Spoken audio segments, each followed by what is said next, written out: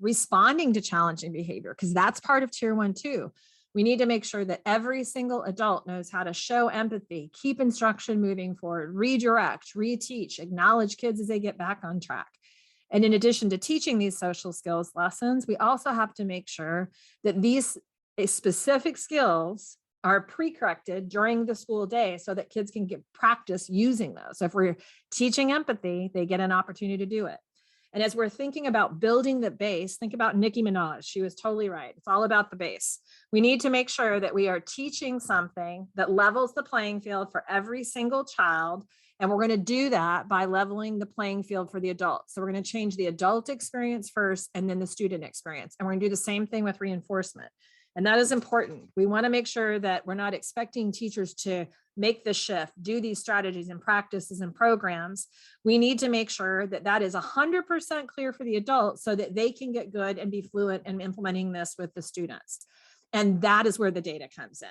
And we spend this time building the base because it would not be a good idea to screen without having clarity as to what is happening at tier 1. We all need to know what's happening at tier 1, and we need to know if it's happening with Fidelity. So when you look in your manual, if you have one, or if you're looking at some of those exemplars that are on the website, that we think about what is it going to look like? How am I going to teach all of it? And not just the behavior part, like the PBS part, but what do I do for the social skills part? How do I put that into my fabric of my daily instruction? How am I going to make sure that everything that I'm asking teachers to do, they get time to learn it?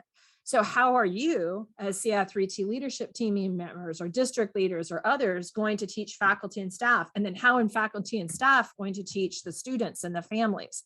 So when we think about the work at hand, it is a formidable task, but the good news is there's clarity on those procedures for teaching it all in an integrated way. So as we start to think about the idea of screening, we need all these things in place. We need every adult to know the expectation. They need to have not just the posters and the signage up, but really there needs to be explicit instruction.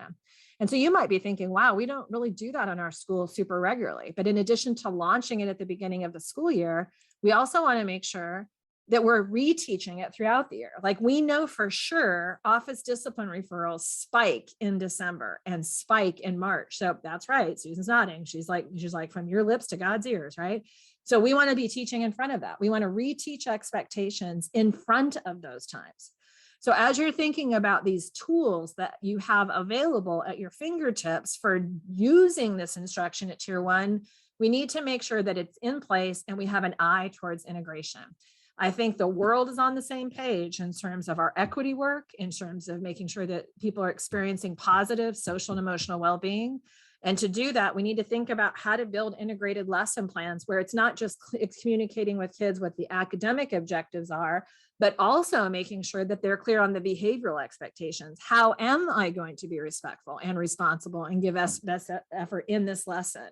And then what social skills that I'm learning could I use? Like if I'm moving into cooperative learning groups, what skill can I practice at this time? It might be active listening. It might be knowing how to check yourself when you feel yourself becoming frustrated because somebody else's idea about how to do things is very different than your own. And we know who those kids are. We might be those kids. You know, there's the people that have the one way they want to do it and the only right way to do it in the world is theirs. And there's some other kids in that group that they're going to jump on the back of that person and do nothing because they know that person can do the whole thing. So we need to balance it out. And we're going to do that through the use of these low intensity strategies to help increase engagement and minimize disruption.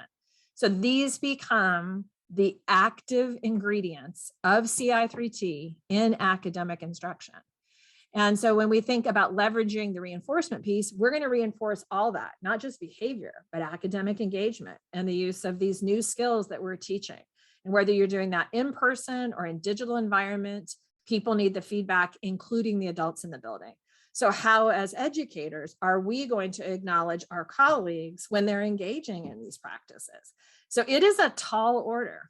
And then you think about putting that whole integrated system in place, we do need to know, is it in place as planned and what people think about it? So in a CI3T model, you have data on what's happening in implementation at tier 1.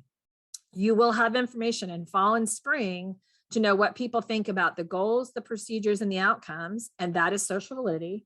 And you will have information about the extent to which it's put in place as planned. This is important because none of us want to put screening in place and then tell a student or tell a parent that your child needs more than tier 1 has to offer if we don't know if tier 1's in place, right? We have to know what's happening at tier 1. So we couch that preface before we start talking about screening and before we start thinking about how to connect kids to tier 2 and to tier 3 supports. It's not just screen and look for every kid that's scoring in the yellow or every kid that's scoring in the red.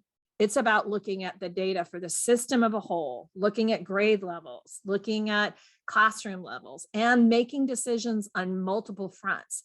Ideally, at each level of prevention, it's all going to be comprised of evidence-based practices, and you're not going to have everything you need when you first get started. You're going to have room to grow. You might find as you're getting started that you need to make some adjustments to bring in more for internalizing issues, or you might realize we've got room to grow to really do that integration piece better to make sure that the social skills are not just taught, but they're used throughout the days. So as we think right now about what you currently have in place, we're going to have this first conversation to see what you have on deck in your system. Do you have clarity on what is available? Is it transparent? Do you have mechanisms currently for looking at data? So if you would, we're going to pop into your first breakout room with your coach, but these are your questions that you're going to start with. What are your current plans? What do you already have that's set up that's working well? And what are your areas for growth? So go, and we'll see you back in 10 minutes.